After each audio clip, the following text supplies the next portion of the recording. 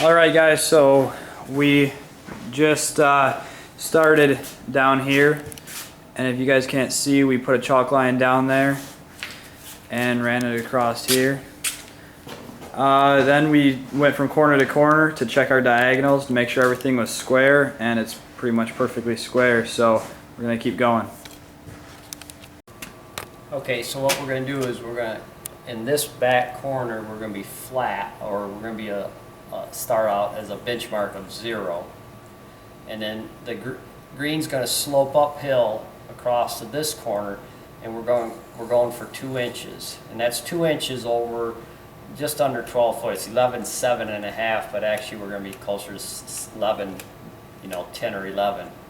But so there's 2 inches of slope up to that corner. From this corner to the back corner, we're sloping from 2 inches to 8 inches off the floor. So that's a 6-inch slope upward over this length, and this length is 19 foot, again just under 20 foot, it's about 19.9 or 10. So in almost 20 foot we're sloping uphill 8 inches. And then off this corner we're coming from 0 to 4, so in that same 20-foot distance we're coming up 4 inches. So this is 4 inches in a short range. So this is going to be pretty steep right here, or somewhat steep, 4 inches in that 11.5 foot. But that will allow for an area to be a flat putt. Someplace in here across diagonal, there'll be a flat putt in there, so you can flat putt it. And then what we're going to do is we're going to build side rails, and we're going to start out with a 2x8, and we're going to cut it down. Basically, we want a 1-inch lip from the top of the grass, the artificial turf.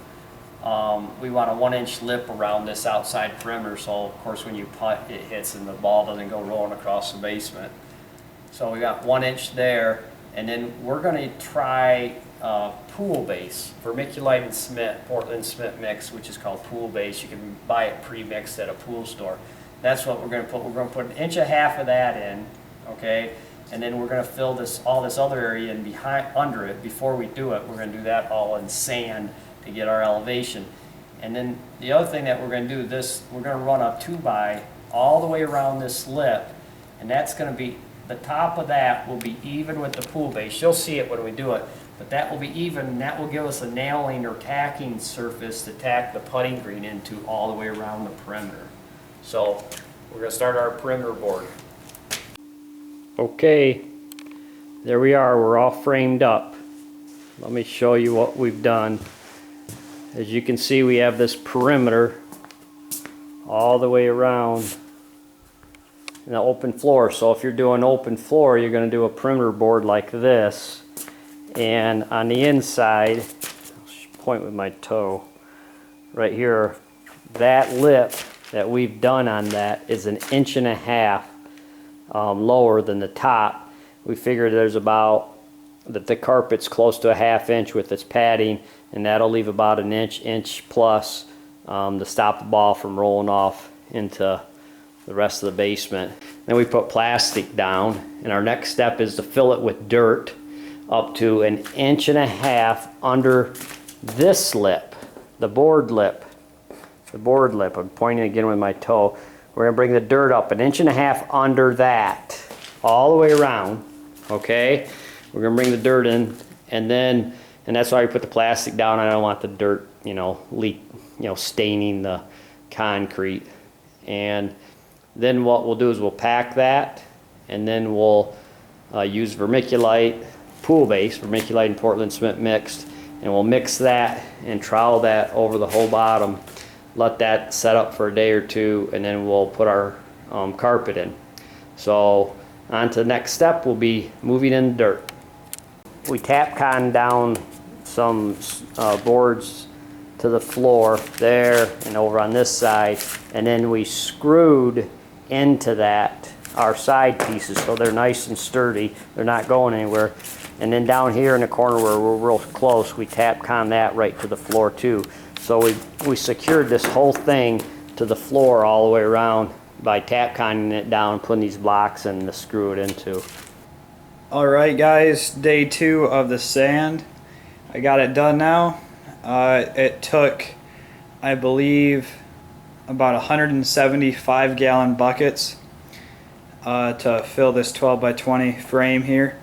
You'll notice that down here in this front corner there is next to no sand, and then over here in this corner you can look at the ground and then look at how high the sand is. There's about 2 inches of sand there, and then if I zoom all the way out for you guys, you can see that there's a big difference between that front where the concrete comes in compared to the back.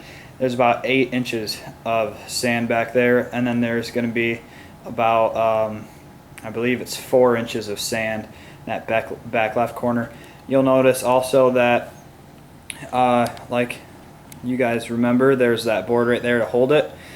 Then we have 1.5 inches of space between the 2x4 at the top of it and the sand, and then we're going to put pool base vermiculite, aka down there, and then it'll be flush with the top of the 2x4.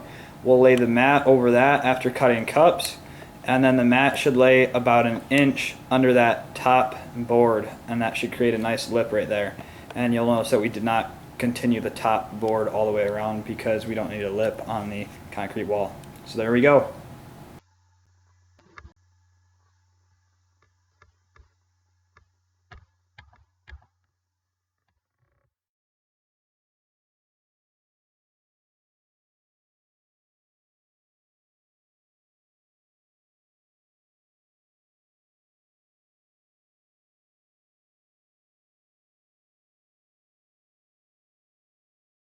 Alright guys, so now we are finally done with everything after about a total of 4 days working on it. Well, actually probably closer to 5. As you can see, we got the 4 holes cut.